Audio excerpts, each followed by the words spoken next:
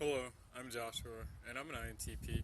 And first and foremost, I'd like to say thank you for viewing this video, and subsequently visiting my channel.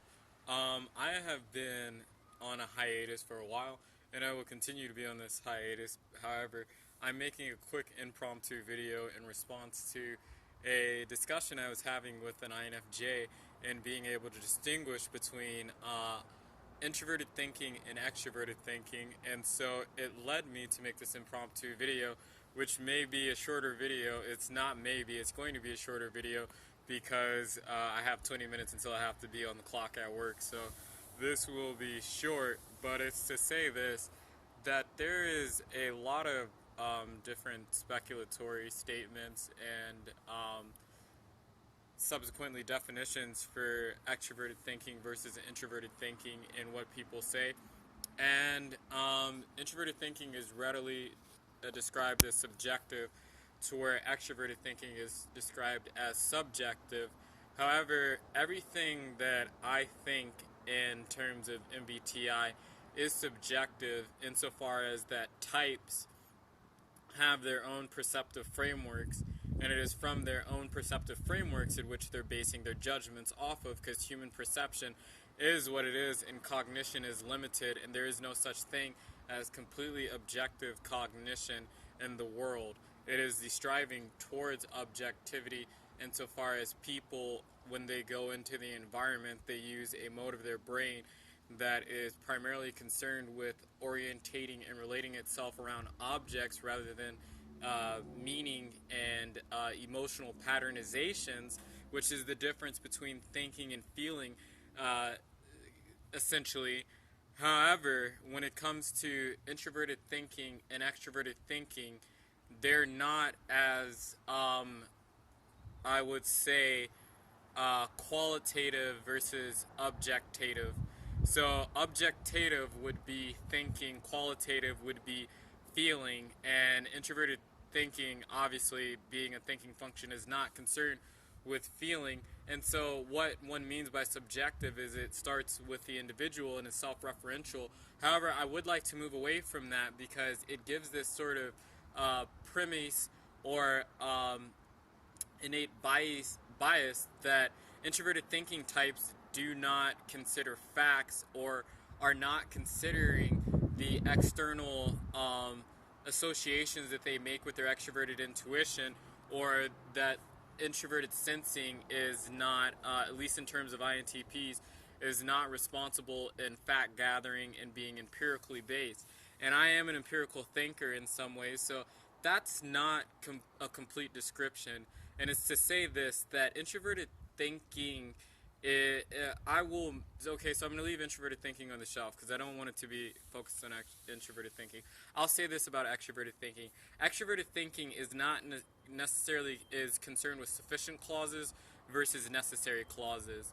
So sufficient insofar as this, not in terms of sufficient and necessary in the logical senses of the two words in categorical logic per se, but that extroverted thinking is concerned about sufficiency insofar as that it's concerned about facts and information that helps it lead to results, and it's result based, driven, and orientated as a thinking process. So extroverted thinking is looking to gather data, essentially, that is on a broad, that is from a broad pattern of vantage points and experiential frameworks in which that they can use, particularly because extroverted thinking tends to be much more local in its conception of things and uses universal and general data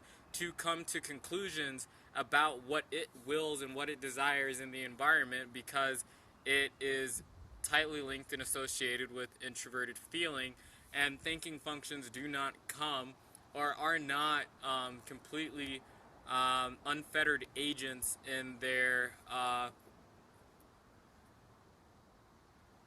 analytical frameworks, and are not unmoored from the feeling motives and associative motifs that are given to them by way of their feeling functions. It's why, really, to introverted thinking, that extroverted thinking can be incongruent and disjunctive so far, or incongruent and disjunctive in its conclusions, meaning that there is not a great deal of symmetry because extroverted feeling is concerned with harmony and all things being the same, clean and even, and making it so that all differences are accounted for and essentially erased away so that the general aspects of something stands to the forefront and not necessarily the small, not, I wouldn't say small because it would imply not a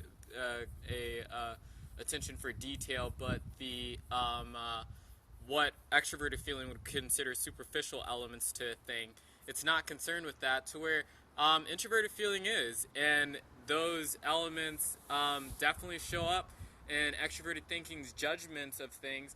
And extroverted thinking tends to be what people consider inductive because it's case by case. It handles things by way from a pragmatic and sufficient orientation, and saying that I come to decisions and I come to conclusions by way of the experiences and the information within my local sphere that I can use insofar as getting and gaining what I want and what I need. And that's extroverted thinking, essentially. So the truths that extroverted thinking is concerned with, it's not to say that they won't be concerned with the same truths or that they cannot occupy nor hold the same positions as an introverted thinker. And it's not to say that an introverted thinker can't hold the same philosophical positions and be concerned with the same truths that an extroverted thinker will be. It's to say that the base motivational pattern or schema of the two functions differ, and it will give different flavors and results and their conclusion about things, and what they find themselves being concerned with and orientated with. It is where you see two different schools of philosophy emerging insofar as the humanistic or the analytical school. The analytical school is heavily influenced by introverted thinking, to where the humanistic school is very much influenced by more extroverted thinking types, and the introverted thinking function, as you see in even Aristotelian categorical logic, it is concerned with man's actualization and his place in the world. Same with Nietzsche. He wanted to take philosophy from the heights, and one can say the same thing about Socrates, essentially. However, Socrates did differ insofar as he thought that taking it from the heights, he was very much concerned with definitions. And so it's to say this in these schools of thought. One is analytical. They're both analysts, but I'm saying one is analytical in the philosophical sense, that one is concerned with what Kant would say a priori knowledge and synthetic a priori knowledge. That would be introverted thinking. And extroverted thinking is concerned more with synthetic judgments and a posteriori knowledge, and comes at a priori knowledge secondarily. One can say that one starts from the definition, and that would be introverted thinking. Extroverted thinking does not start from the definition and is highly conservative around facts.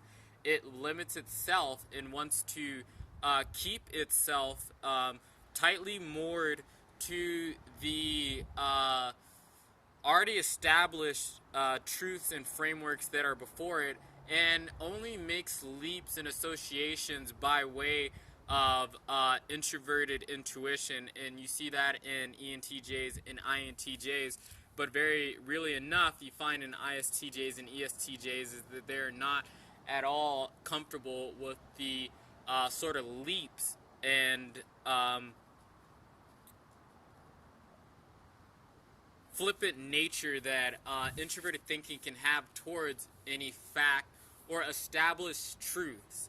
So what has already been established and what they can already gather and what they can tell from their case-by-case experiences, because uh, they are it's extroverted, so it's concerned with logic in the environment and how things are associated and related in the objective world. That's its basis and that's its standpoint. Now, why why that's substantially different from introverted thinking is because introverted thinking is concerned about necessary and universal truths. Uh, Extroverted thinking is concerned with sufficient and local truth. It does not mean that extroverted thinking does not concern itself with universality nor necessity in the logical sense of the word, but very really that's the school of thought of introverted thinking, and introverted thinking is far more universal in its approach and is far more general and conceptually based.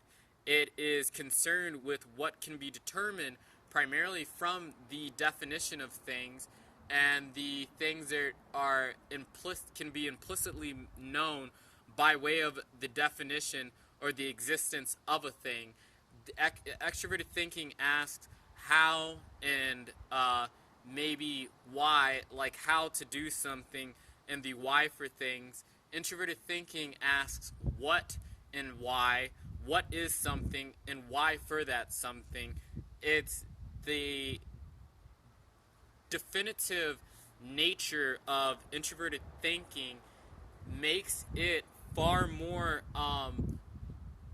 reaching in its conclusions, and it is only trying to answer the question once and for all, and have that be eternal.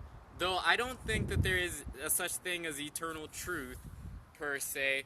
It is that imitative dance that introverted thinking is doing and trying to come to conclusions by way of. Do not trust your senses and do not trust your local experiences necessarily to tell you the truth. That is something that is fundamental and indicative of introverted thinking in its processes, because it is concerned with what is necessary and what is universal, because those things have to be true for all times and in all situations and are unchanging. Introverted thinking is concerned with the invariance in within a proposition or to an object or to a thing, to where extroverted thinking may not necessarily be concerned with those things and may not even see the point in being concerned with those things, because they don't necessarily lead to a better immediate result. That understanding doesn't lead to any immediate result or new technological innovation or a new organization of some important system that they value by way of their introverted feelings. So they'll be skeptical per se of introverted thinking and will not see they can sometimes not see the need and the fuss for such stringency and scrutiny of concepts and definitions, because that doesn't help them do things in the world per se.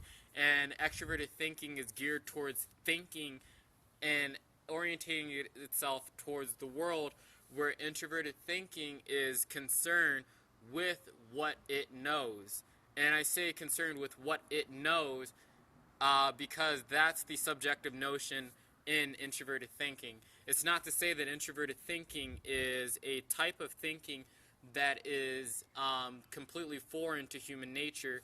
I find that introverted thinking may be more base and rudimentary and anthropomorphic in its structures, much like all of the other introverted functions, and saying that to the roots of where human logical, analytical, and rational thought arise from are very much housed within the very loose and tentative frameworks of logical inference and association at the heart of the operators that are at the helm of introverted thinking. It's to say that extroverted thinking does something like this, that it tests and it experiments with things and usually works things out by way of talking or by way of acting and by way of doing something with them, to where introverted thinkers will suffer from analysis by paralysis. That's a very unique colloquialism to introverted thinkers, is that they are trying to work things out by way of understanding what something is and using that understanding that will be essentially unchanging to get from place to place in thought and in theory, not necessarily in the world. It is why introverted thinking has a much more theoretical, or can have a much more theoretical bent to it, to where extroverted thinking has a much more philosophical, and I say philosophical insofar as philosophical as in a mode of best thought, or the best perspective and framework of thinking to get said thing done or to deal with said issue. It is very contextually based and contingent in its conclusions, and will not use the same tools. And what extroverted thinking does is create thinking tools per se, and perception and perceptive schemas for thinking about things and solving problems, to where introverted thinking creates knowledge structures and creates new bodies of knowledge. Newton did invent calculus, but he did not invent calculus by way of trying to understand mathematics or a new conceptual framework for understanding the world. He had a very real issue in trying to solve the problems of heavenly bodies, and that led to the advent of calculus. But it is always contingency and immediate pragmatic scope that's going to drive the extroverted thinker, and they will go as deeply as they need to by way of the demands of the subject, to where introverted thinking is saying, independent of, by way of the subject insofar as the domain of knowledge or the problem that they're concerned with, but introverted thinking works really independent of problems and then uses problems to test its theories. And you see that in Einstein's conception of relativity. He was concerned with the erroneous measurements in the orbits of Mercury and Jupiter, but they were tests for his theories, and that's not why he made the theory of relativity. And he was more or less trying to see Maxwell's theories of electromagnetism and how those things could be unified and unified with symmetries by way of the aspects that existed in classical mechanics, and rectifying those two things. He wanted to complete physics per se, and it was trying to create a new basis of knowledge and understanding by way of definitions and basic conceptions and symmetries about things that did tell us something about things in the real world, but were not necessarily at the forthright concerned with them.